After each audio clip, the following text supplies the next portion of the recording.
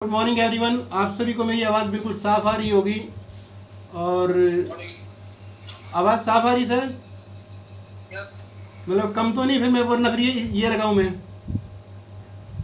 ठीक आ रही है, बहुत बढ़िया। चलिए, thank you so much sir. तो साथियों, सभी को एक बार फिर गुड मॉर्निंग और आपका स्वागत है। सबसे पहले तो आप लोगों को बधाई कि आप 4 दिन चौथी मीटिंग के अंदर भी हैं।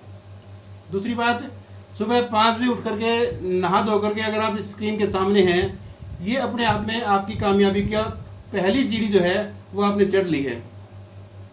क्योंकि सबसे बड़ा चैलेंज ये है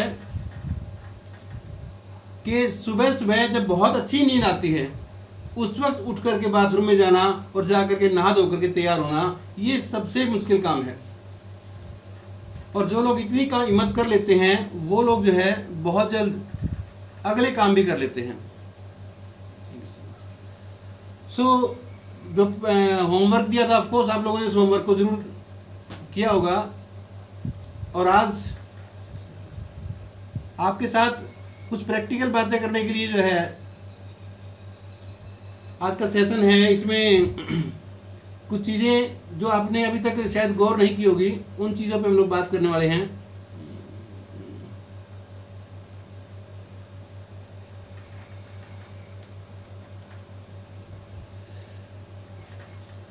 सैटरडे का होमवर्क था टेक्निकल आवाज़ में, और वो ज़रूर आप लोगों ने सुना होगा।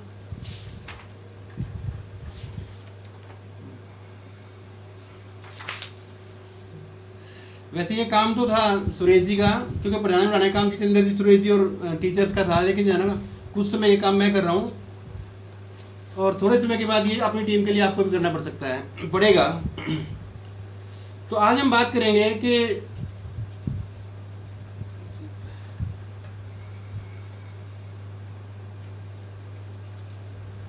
ज़िंदगी में जो है हम लोग जो सोचते हैं, जो बनने की सोचते हैं, वैसा वैसा सोचने के बाद जिन चीज़ों की आवश्यकता रहती है, वो ज़रूरी काम शायद हम लोग वो उतना सही तरीके से नहीं करते कि जैसा सोचते हैं हम वैसा बन जाएं। ज़िंदगी में हर काम जो भी आप करना चाहते हैं उसका नॉलेज बहुत ज़रूरी है। बगैर नॉलेज के आप साइकिल में पंचर नहीं लगा सकते। किसी भी काम में कामयाबी के लिए ये जरूरी है कि उस सब्जेक्ट की पूरी नॉलेज हो।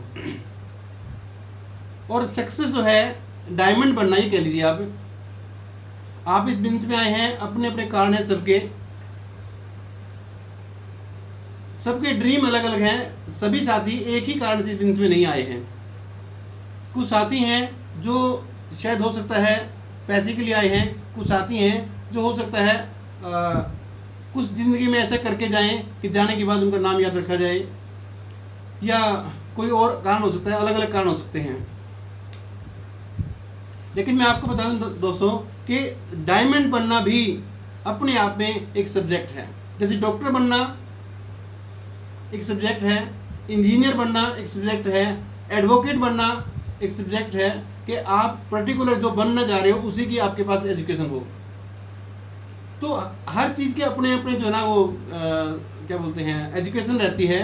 तो आज हम बातचीत कर रहे हैं नेटवर्क मार्केटिंग में डायमंड बनने का क्या तरीका है। और ये जो तरीका हम लोग डिस्कस करने जा रहे हैं, ये एक डायमंड ने ही बना के दिया है। क्योंकि अगर मान लीजिए मैं डायमंड नहीं हूँ, अगर मैं आपको डायमंड बनना सिखा रहा हूँ, तो इसमें कहीं ना कहीं शंका हो सकती है। क्योंकि जो काम मैंने किया नहीं है, अगर मैं वो आपको सिखा रहा हूँ तो उसमें कहीं ना कहीं शंका की जा सकती है। लेकिन एक डायमंड जिसने बना है और बनने के बाद रास्ते में जो जो चीज़ें उन्होंने सीखी हैं, वो वहाँ डायमंड शिप पे पहुँच के उन्होंने एक किताब में लिखा, और लिखने के बाद जो है उन्होंने वो चीज़ें इंडिया के कुछ सिलेक्टेड लोगों के साथ शेयर की। उनको स्पेशली 8-8 घंटे लगा करके वो चीज़ें इसलिए सिखाई ताकि ये चीज़ें बहुत दूर तक स्प्रेड हो सकें। और ये चीज़ें आप लोग तक इसीलिए पहुँच रही है ताकि आने वाले समय में आप ये चीज़ें आगे बांट सकें। सो आई एम वेरी लकी कि मुझे ये सौभाग्य मिला कि मैं आप लोगों के साथ वो चीज़ें शेयर कर रहा हूँ। डायमंड शिप बनने के पीछे जो है जो सब्जेक्ट है इसके पीछे भी 8 विशेष कारण हैं। अगर वो 8 जो चीजें हैं, अगर हम वो चीजें डेवलप कर लेते हैं अपने अंदर, तो डायमंड बनने का रास्ता आसान हो जाता है। उनमें से अगर एक भी चीज हम लोग मिस कर देते हैं तो कहीं ना कहीं आने वाले समय में हमें चैलेंज आएगा, और जहां चैलेंज आएगा वहीं रुक के खड़े हो जाएंगे। कि यूं कहा जाए कि चलने से पहले आप एक यात्रा पे जा रहे हैं, आप एक यात्रा पे जा रहे हैं, मान लेते हैं आप वैष्णो देवी की यात्रा पे जा रहे हैं, या किसी कुफरी वगैरह जैसी जगह पे जा रहे हैं, तो आपको ये पता होना चाहिए कि हम लोग अगर उस यात्रा पे जा रहे हैं, वहाँ पहुँचेंगे, वहाँ एटमॉस्फेयर कैसा रहेगा, वहाँ एनवायरनमेंट कैसा है, तो वहाँ हमें किस चीज़ की जरूरत पड़ने वाली है। यदि तैयारी करके घर से चलेंगे तो आगे जाने के बाद चैलेंज नहीं आएंगे। मुझे याद है एक बार की घटना, मैं अपने दोस्तों के साथ एक बार हरिद्वार घूमने गया हुआ था, बहुत पुरानी बात है। और हरिद्वार घूमने गए तो अचानक वहाँ मन हुआ कि चलो मसूरी भी घूम के आते हैं। हरिद्वार से देहरादून गए और देहरादून से आगे मसूरी चले गए। जहाँ हरिद्वार में अच्छी गर्मी थी, सो वहाँ पे हल्की सी टी शर्ट और निक्कर डाली हुई थी हम लोगों ने। जब हम लोग वहाँ मसूरी पहुँचे ऊपर, तो एक अचानक से मौसम चेंज हुआ वहाँ पे, और बीच में ही बारिश आनी शुरू हो गई। और जब हम लोग बस से बाहर निकले, जिस बस में हम गए थे, तो बाहर ज़बरदस्त बारिश के साथ भयंकर सर्दी, बाहर निकलते से भी कांपने लगे। बस वाला उतार के बस लेके चला गया आगे। अब हमारे पास कोई ऐसी चीज़ नहीं, जर्सी स्वेटर या कुछ ओढ़ने के लिए, और वहाँ खड़े खड़े हम लोग कांप रहे। कुछ समझ में नहीं आया, तो सामने एक होटल था, हम सभी लोग दौड़ के उस होटल में गए और उसको बोला कि भी रूम खोल दो। उसने बोला कि जो ना इसका जो क्या बोलते हैं चार्जेज है। मैंने कहा चार्जेज होटल के रूम में बैठ के बता देना, फिलहाल आप रूम खोल दो। सो उसने जो ना वो फॉर्म वगैरह जो भरवाना था, रजिस्टर में एंट्री करवानी थी, वो भी हम लोगों ने नहीं की। मैंने कहा रूम खोलो पहले।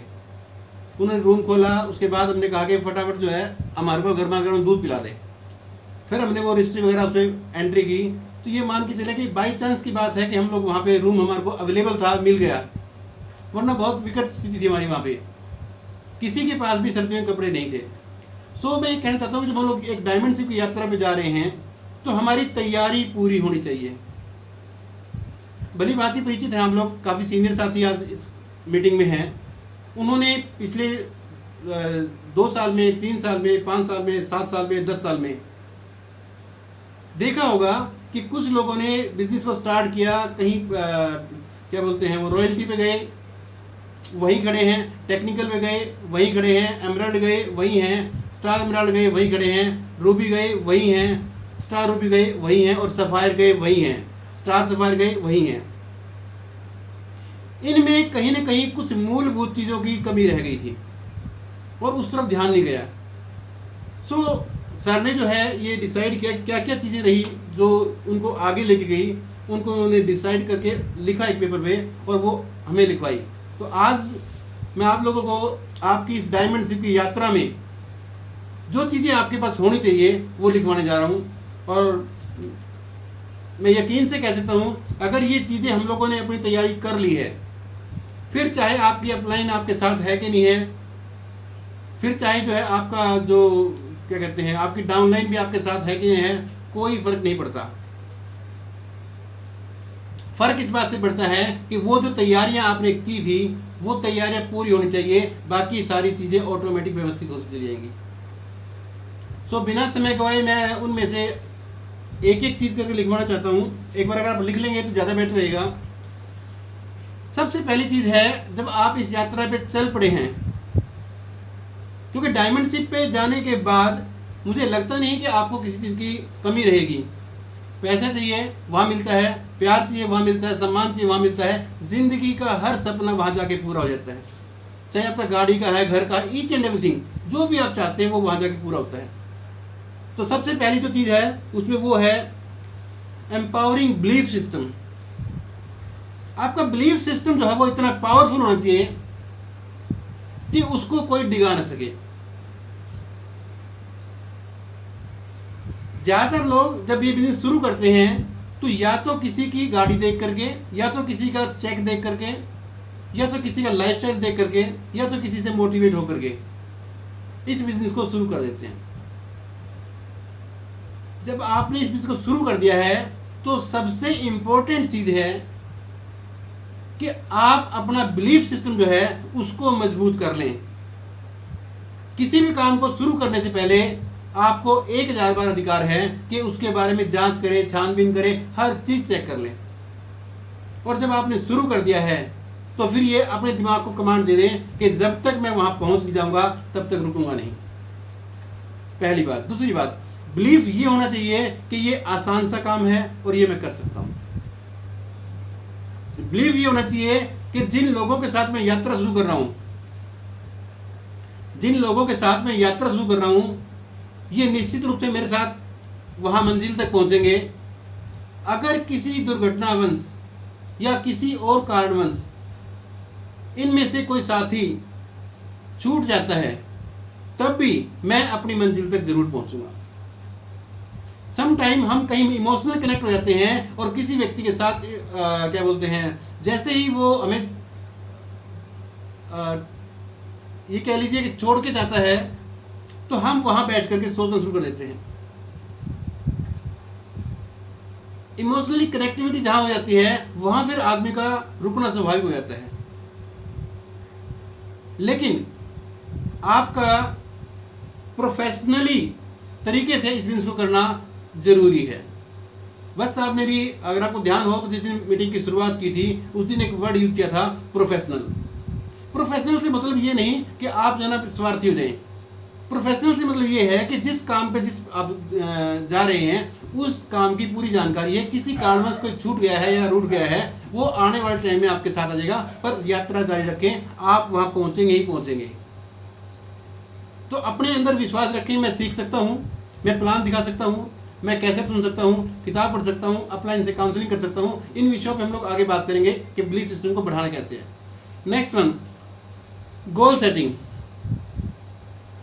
गोल सेटिंग में सम टाइम कुछ लोग जब गोल सेट करते हैं तो वो गोल भी बड़ा अजीब तरीके से सेट करते हैं। ये यूं कहें कि या तो बहुत हाई सेट कर लेते हैं या फिर बहुत लो सेट कर लेते हैं। मान लेते हैं किसी आदमी को अभी बिजनेस स्टार्ट किया है, उसको 10,000 रुपये भी अभी नहीं आ रहे हैं और उसने गोल सेट किया कि मैं अगस्त महीने में 1 लाख रुपए का चेक मेरा आना चाहिए, ये मेरा गोल है। अगर आपको आज 10,000 रुपये भी नहीं आ रहे हैं और आपने गोल सेट किया कि मेरा अगस्त में 1 लाख रुपए आना चाहिए, ये रियलिस्टिक नहीं है। और फिर जब आप काम करते हैं, फील्ड में जाते हैं, महीना बीत जाता है, आपका जो क्या बोलते हैं काम है वो उतना नहीं हुआ जिससे 1 लाख आए, तो थोड़े समय के बाद जब जून गया और जब वो जुलाई गया, अगस्त आया और जब आपका बिजनेस जो है उतना नहीं गया जिससे 1 लाख रुपए आए, आपको पैसे कम आए, तो आपके अपने विश्वास के ऊपर आपको शंका हो जाती है। गलती इसमें आपकी नहीं है, आपने अपने आप को ये नहीं बताया कि गोल सेट करने का एक तरीका होता है, उस पर हम लोग बात करेंगे। और बहुत नीचे भी ना करें कि मेरा टारगेट है कि मेरा अगस्त में जो है 2,000 रुपये चेक आना चाहिए। तो फिर जब आप नीचे का गोल सेट करते हैं तो फिर मन में एक भाव आता है कि यार इसके लिए क्या भागना यार। तो इसलिए बहुत नीचा सेट ना करें, बहुत ज्यादा ऊंचा ना करें कि जब वो गोल अचीव ना हो तो आपको अपने आप पे शंका हो जाए। गोल रियलिस्टिक सेट करें। रियलिस्टिक कैसे करेंगे वो अगले चैप्टर में बात करेंगे। Third one is success principal.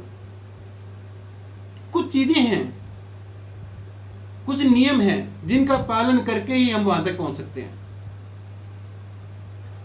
हमें अच्छे लगे या ना लगे, उन प्रिंसिपल का पालन करना ही करना है। अगर हम उन प्रिंसिपल का पालन नहीं करेंगे तो कहीं ना कहीं आने वाले टाइम में हम रास्ते से भटक जाएंगे। बहुत बार मैंने देखा है कि कुछ लीडर्स जो है अपनी सुविधा अनुसार जो है उसको मोल्ड कर लेते हैं। सर ये तो ठीक नहीं है, ऐसा है कि हमारे यहाँ ये सब नहीं चलता, हम ये कर लेते हैं, इस प्रकार से करेंगे तो हमारे अच्छे परिणाम आएंगे। मैं ये बात कई बार मन में आता था तो मेरे दिमाग में एक चीज़ पंडित जी की बहुत अच्छे से समझ में आई हुई है कि यदि मेरा दिमाग इतना ज़्यादा इंटेलिजेंट होता तो मैं अब से पहले डायमंड बन चुका होता। इसके जो प्रिंसिपल हैं सक्सेस के, वो आपको बताए जाएंगे। उन प्रिंसिपल का पालन करना है, बेशक आपको अच्छा लगे या नहीं लगे। बहुत बार एक पेशेंट को कड़वी दवा लेने में अच्छा नहीं लगता, परंतु इलाज उसी से होना है। सुई जब लगती है दर्द होता है, लेकिन इलाज उसी से होता है। जब भी दर्द हो, मन में कड़वाहट पैदा हो, एक बात विचार दिमाग में लेके जाएं, क्या मैं डायमंड शिप की यात्रा में हूँ? यहाँ कुछ अलग प्रकार के परिवर्तन होने वाले हैं और उन परिवर्तनों को मुझे स्वीकार करना है। कुछ अजीब हो सकते हैं। आपका मार्गदर्शक जो है वो ये प्रिंसिपल रहेंगे। एक व्यक्ति अपने स्वार्थ के लिए आपको शायद लालच में आकर के मिसगाइड कर सकता है, लेकिन ये जो प्रिंसिपल हैं ये कभी भी फेलियर नहीं होते और ना ही ये स्वार्थी होते हैं। जैसे H2 होता है, हाइड्रोजन और ऑक्सीजन मिलाने से पानी बनता है, ठीक ये प्रिंसिपल फॉलो करने से एक आदमी डायमंड बनता है। ये डायमंड ने हमें बताया है। आप लिख सकते हैं तीसरा प्रिंसिपल है success principle. Fourth one is relevant skill. अगर ये रिलेवेंट स्किल आपने नहीं सीखी हुई, तब भी आपके साथ इस यात्रा में चैलेंजेस आ सकते हैं, क्योंकि सक्सेस का, कामयाबी का कोई एक प्रिंसिपल नहीं है कि अगर आप बहुत सारे प्लान दिखाएंगे तो कामयाब हो जाएंगे, या बहुत सारी किताबें पढ़ेंगे तो आप डायमंड बन जाएंगे, या आप बहुत सारी होम मीटिंग करेंगे। नहीं, उसमें ये सारे के सारे स्टेप हैं। हर स्टेप पे आपको जो ना अपने आप को प्रिपेयर करना है। स्किल के अंदर कई प्रकार के स्किल होते हैं। कम्युनिकेशन स्किल है, आपकी पर्सनैलिटी डेवलपमेंट है। ये सब चीज़ें जो है आपको अगले चैप्टर में बताए जाएंगे कि स्किल कौन कौन से आपको डेवलप करने हैं, क्योंकि ये 90 दिन की यात्रा है। एक एक पॉइंट को आपके जहन में उतारना है, आपकी हैबिट्स में डालना है, ताकि कल को जब 1 साल 2 साल 4 साल बाद जब भी कभी आप रास्ते में कहीं को तकलीफ आएगी, आपको ये मीटिंग, ये 90 दिन की यात्रा, ये ट्रैवलिंग आपको याद आएगी और आपको याद दिलाएगी कि हाँ, कि उस मीटिंग में हमने ये सुना था। आज भी शायद जो साथी हैं, उन्होंने कभी 2 साल 4 साल 5 साल पहले कोई सीडी सुनी होगी, कोई मीटिंग सुनी होगी, कोई किताब पढ़ी होगी। जब भी कोई ऐसी घटना घटती है उनके ग्रुप में, उनको याद आता होगा कि इसके बारे में पंडित जी ने ये कहा था, इसके बारे में अत्रि जी ये कहते हैं, इसके बारे में वत्स साहब ये कहते हैं, इसके बारे में सुरेश सैनी जी ने ये कहा था, जितेंद्र जी ने ये कहा था। क्या सुनी, जिन जिन लोगों ने भी इस बिजनेस को स्टार्ट किया है, जैसे कोई चैलेंज आता है वो याद आएगा, हाँ सर ने ये बताया था। तो ये जो हम बातचीत कर रहे हैं, ये जो मीटिंग कर रहे हैं, ये आपकी ज़िंदगी की सबसे महत्वपूर्ण ट्रेनिंग है, मैं ये मानता हूँ। क्योंकि जब मैं इस ट्रेनिंग को ले रहा था तो मेरे दिमाग में ये आ रहा था, ये तो हमें पहले पता लगना चाहिए थी, लेकिन उस वक्त जो ना स्वयं वो खुद उस यात्रा में थे। और कमाल की बात यह है, उनके पास कोई दिशा सूचक यंत्र भी नहीं था। हमें तो ये सारी दिशाएं दी जा रही हैं। रिलेवेंट स्किल, तो स्किल जो है हमारे पास होंगे तो हम लोग बहुत अच्छा परफॉर्म करेंगे और जल्दी डायमंड शिप की तरफ जा पाएंगे। Fifth one is excellence tool. एक जो हमारे पास जो है एक्सीलेंस टूल किट होनी चाहिए। टूल्स के बगैर जो है किसी भी काम को करना बहुत मुश्किल है। बहुत सारे एग्जांपल्स आप लोगों ने मीटिंग्स में सुने होंगे कि एक बड़ी शानदार गाड़ी से यात्रा कर रहे हैं आप, अचानक से उसमें पंचर हो गया और आप हाईवे पे खड़े हैं, आपके पास टूल नहीं है। हालांकि आपकी मसल्स वगैरह काफ़ी अच्छी हैं, आप बहुत यंग हैं, आपके साथ 2 दोस्त भी हैं, तब भी आप जो है उनकी मदद से उस टायर को नहीं चेंज कर सकते, क्योंकि उसके पहिए के जो नट हैं उसको खोलने के लिए एक इंस्ट्रूमेंट होता है, क्या बोलते हैं उसको, पान्ना कहते हैं शायद, चाबी पान्ना जो बोलते हैं हम लोग हरियाणा में। तो वो पान्ना जो होता है जिससे उसके नट खुलते हैं, आप उन नटों को हाथ से नहीं खोल सकते, जितने मर्जी पावरफुल व्यक्ति हो आप। सो टूल आर वेरी इंपॉर्टेंट। और आजकल तो टूल सो इजी, हर चीज़ आपको इंटरनेट पे अवेलेबल है। और अगर आपके पास नहीं है तो आपकी अपलाइन कहीं ना कहीं से जो आपको अरेंज करके दे देगी, उनके पास ज़रूर मिलेगी। तो वो जो टूल हैं अगर वो आपके पास हैं तो आप आराम से अपनी गाड़ी का पहिया खोल सकते हैं, चाहे आपकी सेहत कैसी भी हो। So tools are very important. Tool क्या क्या चाहिए ये भी मैं लिखवाऊंगा आपको। इसके आगे हैं पावर ऑफ रिचुअल हैबिट्स। जो हमारी आदतें हैं उनका बहुत बड़ा रोल है। हालांकि हैबिट्स को लेकर के अलग अलग लिटरेचर में बहुत सारी बातें आप लोगों ने सुनी होंगी। कि एक इंसान जो है पहले अपनी आदतें बनाता है और फिर वही आदतें उस इंसान का जीवन बनाती हैं। तो जो भी हमारी आदतें हैं, ये तो तय है कि वो डायमंड सेल्स जैसी हैबिट्स नहीं है हमारे पास, या यूँ कहें कि उसमें कुछ और बदलाव या कुछ नई आदतें हमें डालने की आवश्यकता है, जिससे हम डायमंड बनने के योग्य हो जाएं। पहले हमारे अपने अंदर योग्यता पैदा करनी पड़ेगी, और जब हमारे अंदर योग्यता हो जाएगी फिर हम उस चीज़ के लिए अप्लाई कर सकते हैं। सो अपने आप को प्रिपेयर करने के लिए हमारे पास कुछ हैबिट्स हैं। वो हैबिट्स क्या क्या हैं वो भी लिखवाऊंगा। आजकल जो है थोड़ा सा टाइम का चैलेंज ना रहे, इसलिए पहले ये मेन कंटेंट लिखवाता हूँ। और 7th one is monitoring system. Monitoring system, आप कई बार क्या है कि कुछ लोग जो है काम किए जा रहे हैं, उसको 2 महीने हो गए, 4 महीने हो गए, 6 महीने हो गए, 1 साल हो गया, 2 साल हो गया, 5 साल हो गए, पता ही नहीं लग रहा क्या कर रहे हैं।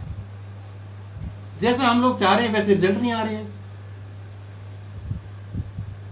आप बहुत व्यस्त हैं, बहुत बिजी हैं। आप एक सीढ़ी है, उस सीढ़ी के ऊपर चढ़ने के में आप बहुत व्यस्त हैं, चढ़ते जा रहे हैं, चढ़ते जा रहे हैं, चढ़ते जा रहे हैं, बगैर ये देखे कि ये सीढ़ी जो है ये सही दीवार के ऊपर लगी हुई है क्या।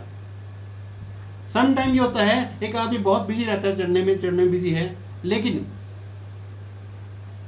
जब वो ऊपर जाके पहुंचता है तो ऊपर पता लगता है उफ यार, कि तो दीवार ही गलत, जो सीढ़ी है ये गलत दीवार पे लगी हुई थी, हमें तो उस बिल्डिंग में जाना था।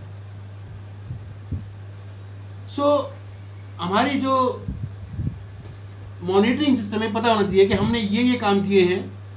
अगर मैंने इस महीने में इतनी होम मीटिंग की है और मैंने इतने जना सीडी सुनी है, इतनी किताबें पढ़ी हैं, अपलाइन से काउंसलिंग की है, मैंने लोगों को प्रोस्पेक्टिंग की है, अपना हर 3 महीने बाद स्वयं एनालिसिस करें।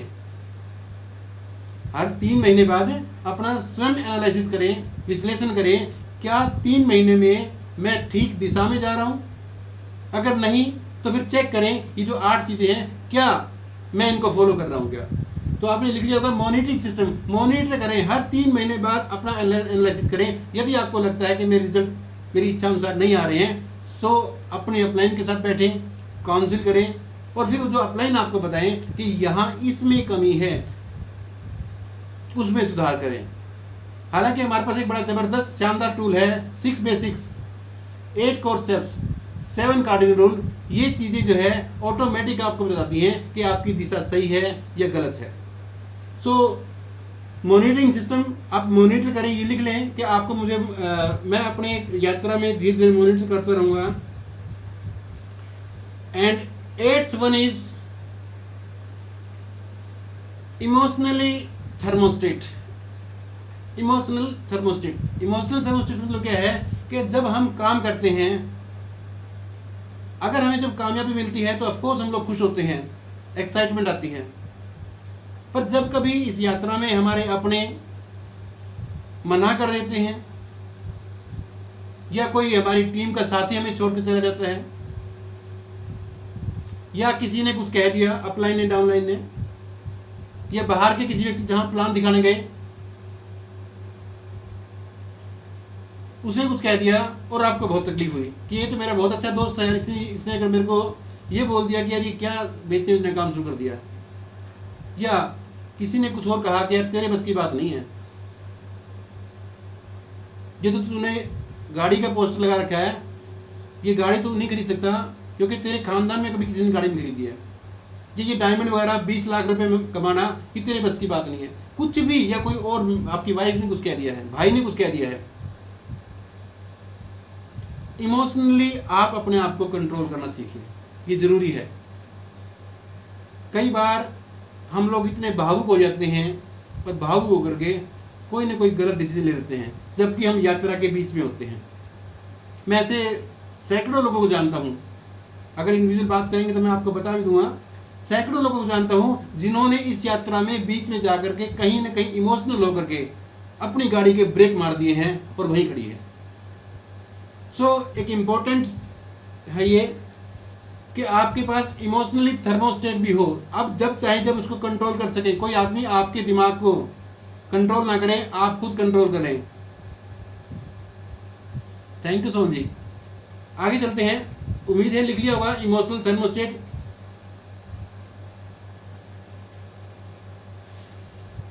आपके जो गोल हैं वो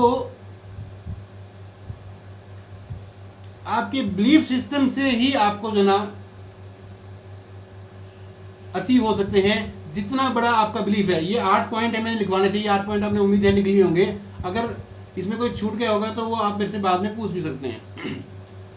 आपके जो भी गोल हैं उसमें आपका जो बिलीफ सिस्टम है ना वो सपोर्ट करेगा, तब जाकर के आपके गोल पूरे अचीव होंगे। बिलीफ सिस्टम मतलब क्या है कि जब आपने ये डिसीजन लिया कि मैं टेक्निकल अचीवर बनना चाहता हूँ, मैं रॉयल्टी अचीवर बनना चाहता हूँ, या मुझे एमराल्ड जाना है, या स्टार एमराल्ड जाना है, या रूबी स्टार जाना है, आपका दिमाग जब ये बात मान लेगा कि हाँ मैं जा सकता हूँ।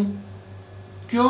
क्योंकि ये जो 8 स्टेप बताए गए हैं और मैं इन 8 स्टेप पे चढ़ने के लिए तैयार हूँ। ऑफ कोर्स इसमें कुछ आदतें हम बदलेंगे, कुछ हमारे इमोशन हर्ट हो सकते हैं, या हमारी कॉन्शियस अलाउ ना करे कि यार ये, या हमारा आलस जो है वो अलाउ ना करेगा, नहीं छोड़ो यार घर में सब ठीक तो है, दाल रोटी चल रही है, ज़्यादा क्यों नहीं। असल में नेटवर्क मार्केटिंग एक वो मशीन है जो असल में परमात्मा ने आपको इस धरती पे जब उतारा, जो आपका काम था,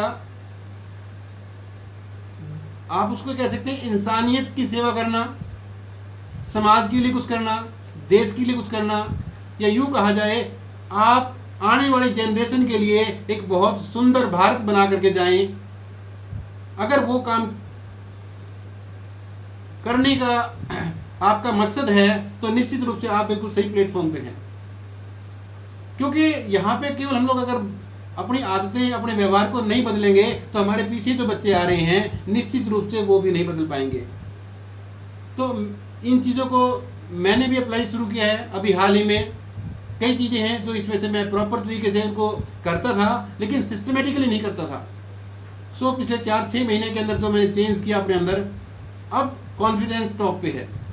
अब जब चाहें जब इस बिजनेस को शुरू करके इसको टॉप पे लेके जा सकते हैं। 5 ईयर्स लगते हैं, और ये सच में 5 ईयर्स में एक आदमी डायमंड बन सकता है, ये प्रिंसिपल फॉलो करने की बात। जैसे मैंने पहले बोला कि prepare your self for success. आप अपने आप को तैयार करें। आज ये 8 चीज़ों को ध्यान में रखें, और कुछ टूल्स हैं जिनका मैं जिक्र करने वाला हूँ अभी। शायद तो टूल्स में जो है ना 2-3 चीज़ें हैं एग्जाम्पल के साथ, उसमें टाइम लगेगा, उसको जो है ना शायद कल कवर कर पाएँ। Monitoring your performance can be greatest edge. Monitoring करने का जो एक तरीका रहता है उसका भी एक फॉर्मेट है। वो फॉर्मेट जो ना मैं आपके देंगे कि आपने अपने 3 महीने की जो वर्किंग की है, क्या वो जो 8 स्टेप बताए गए थे, क्या आपने उनको फॉलो किया, और वैसे रिजल्ट नहीं आ रहे हैं तो डेफिनेटली यू नीड काउंसलिंग। आप अपने अपलाइन के साथ बैठें, जो ये 8 चीज़ें फॉलो कर रहे हैं वो आपको 5-7-10 मिनट की बातचीत के बाद ये बता देगा कि यहाँ आप थोड़ी सी चूक कर रहे हैं, इसको ठीक कर लीजिए, बाकी रिजल्ट बदल जाएंगे। सो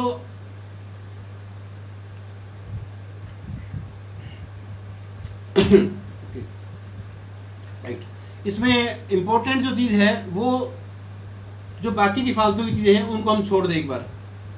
सो आज जो है फोकस करें कि मुझे जीवन में ये काम करने हैं। कई सारे ऐसे काम हैं जो महत्वपूर्ण नहीं होते हैं, पर हम वहाँ फोकस कर लेते हैं। उनकी वजह से हम जिंदगी के बहुत एक यूँ कहा जाए कि बेशकीमती जो हमारा समय है वो उन नॉन प्रोडक्टिव चीज़ों में चला जाता है। कई बार तो हम छोटी सी चीज़ में उलझ जाते हैं और बहुत बड़ा नुकसान कर बैठते हैं, और आने वाले टाइम में इसकी रिकवरी नहीं हो सकती। बहुत बड़ी घटनाएं घट जाती हैं, हम छोटी सी चीज़ के ऊपर फोकस कर लेते हैं। मैं एक छोटी सी घटना आपको बताता हूँ। ये 3 दिसंबर 1972 की बात है, जब एक फ़्लाइट जो है वो अमेरिका में लैंड करने वाली थी, और जैसे उस पायलट ने लैंड करने से पहले वहाँ लैंडिंग का बटन दबाया तो उसके जो फ्लाइट के जो टायर हैं जब वो नीचे खुलते हैं तो उसने देखा कि टायर खुलने का जो सिग्नल देता है वो बल्ब जो है वो चसा नहीं है अभी। चूँकि बाहर अंधेरा था इसलिए दिख नहीं पा रहा था, तो वो बल्ब नहीं चसा, तो वो बहुत परेशान हुए कि बल्ब चसेगा इसका मतलब है कि टायर खुल गए हैं और हम लोग सेफली लैंड कर सकते हैं। लेकिन अब वो 2 कारण हो सकते थे बल्ब न चसने के। पहला, वो बल्ब खराब हो सकता था। दूसरा, टायर नहीं खुले होंगे। अब उनको लगा कि बल्ब को चेक किया जाए, उन्होंने बल्ब को चेक करना शुरू किया और उनको हिला डुला के देखा, उनको लगा कि फ्यूज है, दूसरा बल्ब उठाया और इसी दौरान जो है उनके हाथ से गलती से वो बटन दब गया जो ऑटो पायलट मोड का था। उस time flight auto pilot mode में चल रही थी, गलती से इसी दौरान वो बटन दब गया और फ्लाइट जो है वो पायलट मोड में चली गई। अब उसको उड़ाने के लिए एक जिम्मेदार व्यक्ति चाहिए था, एक पायलट चाहिए था, लेकिन उस तरफ किसी का ध्यान नहीं था। वो उसी बल्ब में लगे रहे कि ये कैसे चसे तो हम लोग लैंड करें। इसी दौरान उनको पता नहीं लगा फ्लाइट कब नीचे आती गई और अचानक से वो एयरपोर्ट से 15 मील दूर जो है वो फ्लाइट क्रैश कर गई और उसके अंदर बैठे हुए 167 लोग सभी मारे गए। हालांकि इस दौरान जो है जो सबसे महत्वपूर्ण चीज थी वो लोग भूल गए। उस 3-4 रुपए के बल्ब के लिए वो ये भूल गए कि यहाँ बैठे हुए जो 167 लोग हैं उनकी जान बहुत कीमती है और उनका फ्लाइट उड़ाने की तरफ ध्यान ही नहीं गया। सो अपना जो ध्यान है वो इम्पोर्टेंट चीज़ की तरफ रखें। आपके पीछे बहुत सारी जिंदगियां हैं, बहुत सारे लोग हैं जो आपको अपना विश्वास देते हैं। आप उनको सही तरीके से गाइड करके उनके भी ड्रीम पूरे करवाएं, निश्चित रूप से आपके पूरे होंगे और मिल करके इस यात्रा में हम लोग कामयाब होंगे, क्योंकि इसके पीछे बहुत बड़ी ताकत काम कर रही है। और जब भी कोई बड़ी ताकत हमारे पीछे काम करती है तो हमें जल्दी से वहाँ तक पहुँचा सकती है जहाँ हम पहुँचना चाहते हैं। I think time going to over. और होमवर्क के लिए हम लोग बात करें, वही अपनी बुक, उस बुक का जो है नेक्स्ट लेसन मैंने अभी एक्चुअली देखा नहीं है, आप नोट कर लें। उस बुक का जो है नेक्स्ट चैप्टर जो है वो आप कवर करें। और सीडी के लिए मैं सीडी आपको लिख करके भेज दूँगा, क्योंकि टाइम आई थिंक जो है ना लगभग कंप्लीट हो गया है और ये डिस्कनेक्ट होने वाला है। फिर भी अगर ये बाई चांस नहीं डिस्कनेक्ट हो तो यस, उसका टाइटल है प्रोग्राम हमारे जीवन की रेखा है। और मैं आपको बताऊं इसके अगला जो हमारा जो